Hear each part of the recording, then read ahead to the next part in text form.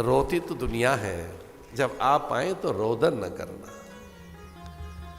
जब आप आए तो प्रकट हो, तो जैसा चाहा वैसा पाया। मदालसा ने भी तो ये कहा था कि रोने वाला बच्चा नीचे, शुद्ध हो सी बुद्ध हो सी निरंजन हो सी संसार माया। माया को देकर रोता है जीव, भगवान रोदन नहीं कर रहे हैं। प्रकट हुए, भाई प्रकट कर पाला, दीन दयाला, कौशल्या हितकारी, हर्षित महतारी, ऐसे। और फिर क्या कहती है, माता की मति डोल गई। माता पुण्य बोली सो मति डोली, तजऊ तात यह रूपा। हे देव, ये रूप त्याग दीजिए, कीजिए शिशु लीला, अति प्रियशीला, यह सुख परम अनूपा। हे देव, इसे त्याग दो। तो मां के कहने पर, मां पहली गुरु है, तो मां जैसे मां की आज्ञा का पालन कर रहे हैं और मां के सामने अपना वैभव विसार दिया भगवान ने अपनी दिव्यता, पूर्णता, भगवत्ता, ईश्वरत्व, दैवत्व, अपनी जो उनकी नित्य विद्यमान सनातन सत्ता है उसकी विस्मृति कर दी भगवान ने। छोटे शिशु बनकर और माता की गोद में बैठ गए। ये है भगवान नारायण।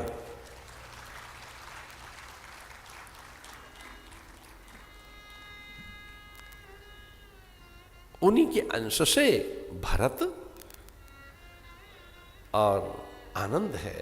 पूरी अयोध्या में 4 कुंवर प्रकट हुए हैं। कैसे है राम, पूछ रहे हैं, राम है कैसे? एक अनुचरी को बुलाकर पूछा दशरथ ने, देखने में कैसे लगते हैं? बिना गुरु के हम देखें कैसे? अब तो कई लोग तो ऐसे सीधे पहुंच जाएंगे नर्सिंग होम में। बालक बाद में पैदा होगा, फेसबुक पे पहले आ जाएगा, वो तैयार बैठे पोस्ट करने के लिए। दुख तो इस बात का है कि लाइक्स ज्यादा नहीं आई हैं। देखो कमाल है सब। दशरथ कहां गए दर्शन करने? एक अनुचरी को बुलाए, इधर आओ, कैसे हैं? वो जानती है कि राम के बारे में पूछ रहे।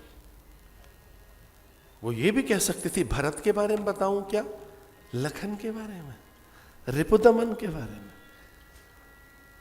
एक विश्वस्त अनुचरी को बुलाया, कैसे हैं? तो बता रही है वो कैसे हैं। वरदंत की पंगत कुंद कली, अधराधर पल्लव खोलन की, चपला चमके घन बीच जगे, छवि मोती न माल अमोलन की। वरदंत की पंगत कुंद कली, अधराधर पल्लव खोलन की, चपला चमके घन बीच जगे, छवि मोती न माल अमोलन की। वरदंत की पंगत कुंद कली, अधराधर पल्लव खोलन की, चपला चमके घन बीच जगे, छवि मोती न माल अमोलन की। वरदंत की पंगत कुंद कली, अधराधर पल्लव खोलन की, चपला चमके घन बीच जगह, छवि मोती न माल अमोलन की। घुंघरारी लटालट के मुख ऊपर, कुंडल लोल कपोलन की। घुंघरारी लटालट के मुख ऊपर, कुंडल लोल कपोलन की। न्योछावर प्राण करें तुलसी, बल जाऊं लला इन बोलन की। न्योछावर प्राण करे तुलसी, बल जाऊं लला इन बोलन की। वरदंत की पंगत कुंद कली, अधराधर पल्लव खोलन की, चपला चमके घन बीच जगह, छवि मोती न माल अमोलन की। अवधेश के बालक 4 सदा तुलसी मन मंदिर में विहरे। देश के बालक 4 सदा तुलसी मन मंदिर में बिहरे। अवधेश के बालक 4 सदा तुलसी मन मंदिर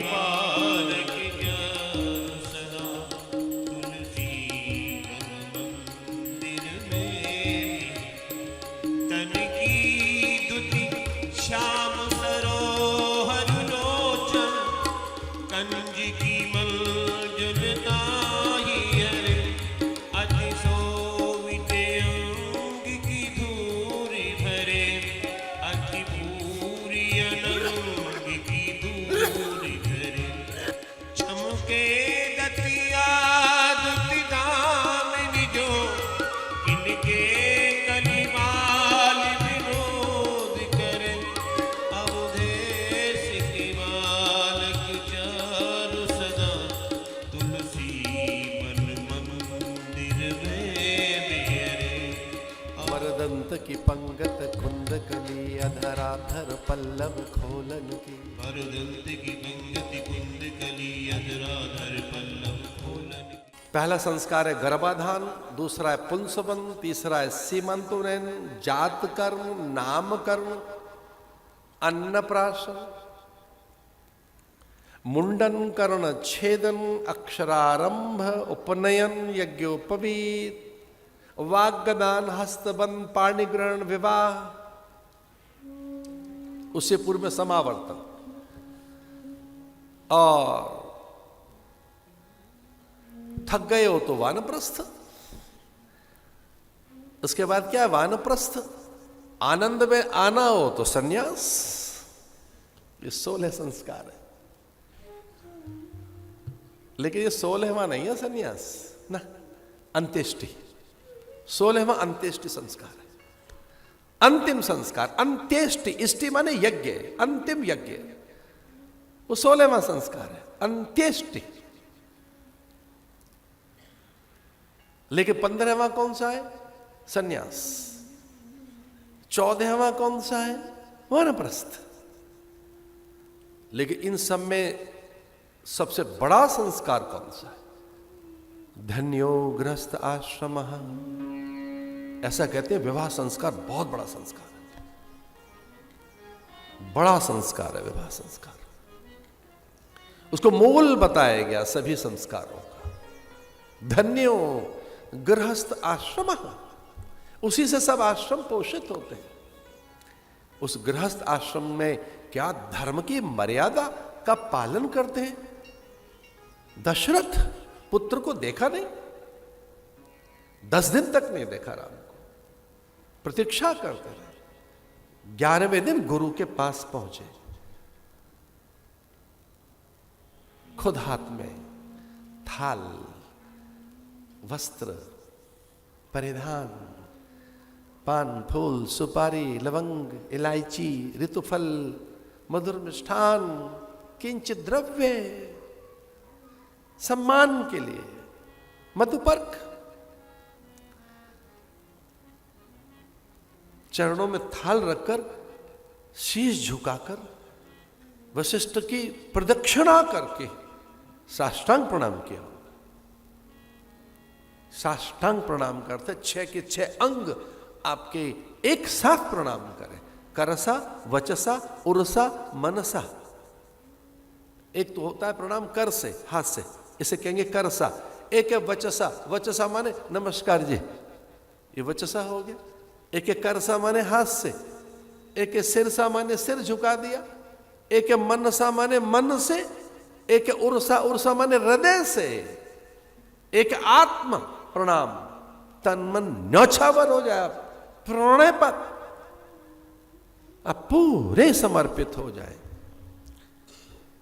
एक छोटी सी बात कहनी थी, जब शीशी झुकाना है तो पूरे झुको ना, अधूरा प्रणाम क्या करना है। प्रणाम बड़ी विद्या है।